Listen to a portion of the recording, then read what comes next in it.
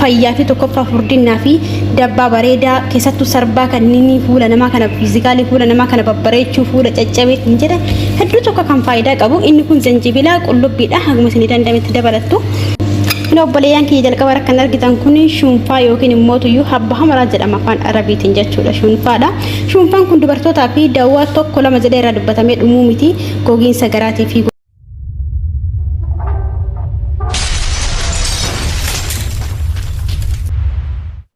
السلام عليكم ورحمة الله وبركاته. الشام أركفون كم جرتان ردوتا في دعوة سانتي أوروشا عندما كيسانو بكم جرتاني فكم جرتان نجين كوسنا لك أو جتة هذا استبدل بيتنجرا واي فردنا رتي mana kene kesetenne Mario nyanni Mario fayadamne furdinne fayak abi safar dachu dandenne wanta dufi qabade dufetin jira horon channel kana farata tanana dufu baganaga duftani channel tuni wifi ya wata dibatan tokko tokko rat waan hojjetu fi subscribe gochuudhani mallatto ol seeratu qoran akka watan guyyeera guyyetti gallakkisu simbira gochuun raafatinan jedha akkasuma gaafile roon nagaafachaa turtani fi inshallah roon gaafi dabalata qabdani fi yaada qabdan comment man gara masubira ki kadhatton sin dabarse namoonni hedduun wanta nama furdisu wanta nama furdisu nan jechaa turtani munum keessatti wanta nama furdisu wanta akka ajaa'ibaatitti fayya qabeessummaa irratti gahee guddaa kan qabu jechuudha.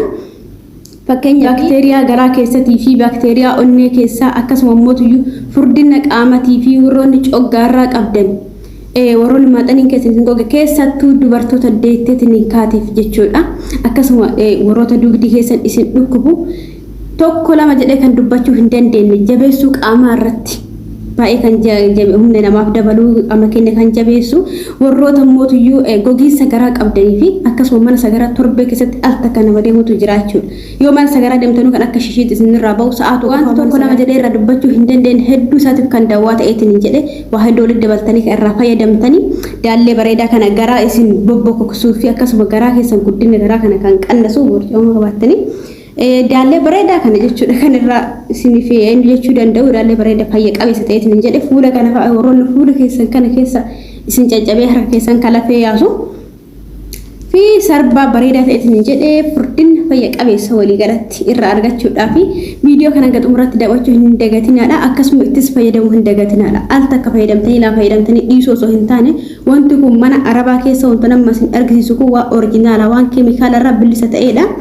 wanta mana araba keessa jiru waan ta'eef itti deddeebi'aati fayyadama itti fufaati fayyadama wallahi turbee takka nama keessatti furmaata isaa irraa argatan jechuudha.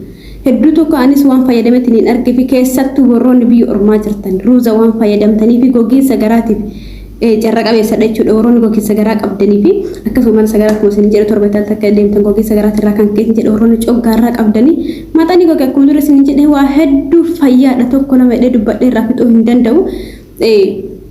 Obboleeyyan kiyya jalqaba kan argitan kun shunfaa yookiin immoo tuyyuu habba hamaraa jedhama afaan arabiitiin jechuudha. Shunfaadha. Shunfaan kun dubartootaa fi dawaa tokko lama jedhee irraa dubbatamee dhumuu miti gogiinsa garaatii fi gogiinsa maaxanii akkasuma bakteeriyaa garaa keessaa bakteeriyaa onnee warroota mana sagaraa deemu irratti torbee tokko gogiinsa garaatirraa kan ka'e tursiisuu fi faayidaa hedduu qaba jechuudha. Waa hedduu irraa dalaguudhaaf ta'a. Inni kun immoo abishiidha. Abishiin akkuma beekamu kan faayidaa hedduu fi dawaa waa hedduuti. Abishiillee xiqqootti dabalattu. Inni kun immoo harcee garbuuti yookaan immoo shunfaan jedhama afaan arabiitiin yookaan kabtanii maqaa baay'ee qaba. Kabtaniidha afaan ingiliffaatiin jechuudha. Kan akkuma argitan kana garbuun ka humna namaa dabaluu fi fayyaa irratti gahee guddaa akka qabu keessattuu dubartootaaf hundumti kennaan beekna. Inni kun garuu dubartoota qofa osoo hin taane dhiiraaf illee faayidaa qaba. Fayyaa fi tokkoffaa furdinaa fi dabbaa bareedaa keessattuu sarbaa kanneen fuula namaa kana fiizikaalii fuula namaa kana babbareechuu fuula caccabee hin jedhe hedduu tokko kan faayidaa qabu. Inni kun zanjibilaa qullubbiidha haguma isin dandametti dabalattu. Inni kun immoo haliibiidha. Haliibii harceetii yookaan niidoo afaan arabiitiin kan osa kana jechuudha. Haliibii yookaan aannan bifa mana godha afaan oromootiin aannani.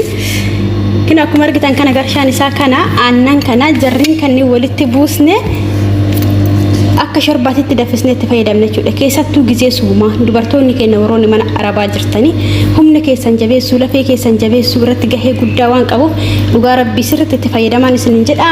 Amma zanjibila qullubbii kanas daakkadhee bishaan kina akkuma argitan kana haliibii yookiin niidoo isinitti argisiisa sun danfee jira. Amma mootuu shunfaan yookiin immoo harcee garbuutan itti dabalan. Harcee garbuutii fi haliiba kana al tokko bakka tokko daffistanii maankaa tokko lama haguma isinii ga'u isin haguma nama baay'ee qabaatanii yoo nama tokko ta'e haga isin roosuu hin beektan waan ta'eef itti fayyadamtu jechuudha. Xiqqaa danfoo eegdanii immoo tuyyuu abishiidhaa fi akkuma argitan kana qullubbii itti godhadha jechuudha booda xiqqoon booda. Danfoo qoonee eegdanii. Kinoo hedduutu akka danfeetiin jira erga akkana danfee booda sukkaara namoonni jaalatan sukkaara osoo itti dabalachuu dandeettu waan barbaadutti dabala. Baay'ee osoo hin taane xiqqoome jechuudha xuruu miti waan ta'eef sukkaarri fayyaadhaa fi sukkaaran itti dabaladha jechuudha waan jaaladhuufi. Ofii keessanii akka barbaadan inni biraan mootuyyuu irdii namoonni irdii jaalatan irdiin fayyaadhaaf gaariidha waan ta'eef godhatu. Irdii namoota barbaadan qofatu itti dabalatu irdii itti dabalaan boratee jira. Inni kun qullubbiidha. Qullubbiillee fayyaa irratti baay'ee faayidaa qaba akkuma hundi kennaa beeknu.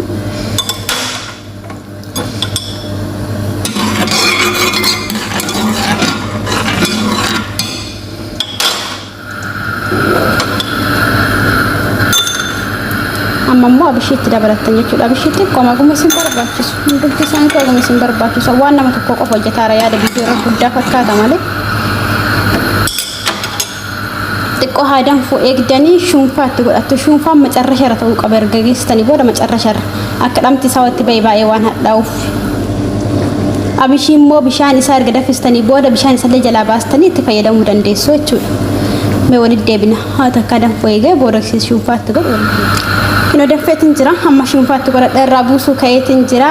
Wanti isinitti mummootuyyuu warroonni daaktanii itti fayyadamuu barbaadanii harcee garbuu kana daakus dandeessu. Akkasuma immoo warroonni immoo kirkibii yookiin immoo irdii kana hin jaalannes irsa malee hojjechuu dandeettu.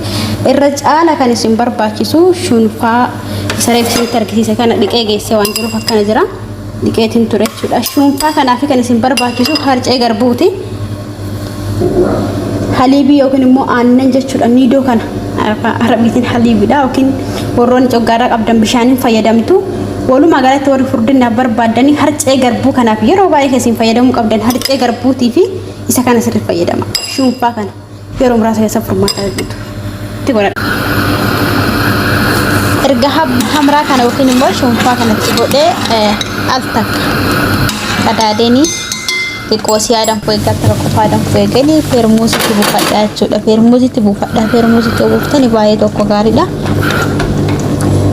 Cuma yeroo lama sadii illee deebitanii itti fayyadamuu dandeessan jechuudha. Kun amma xumureetiin jira maashaallah.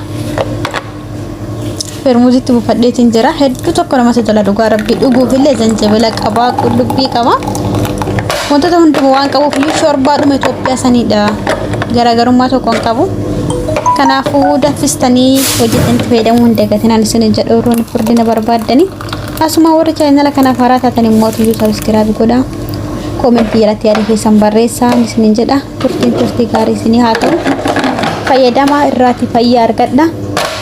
Turtii gaarii.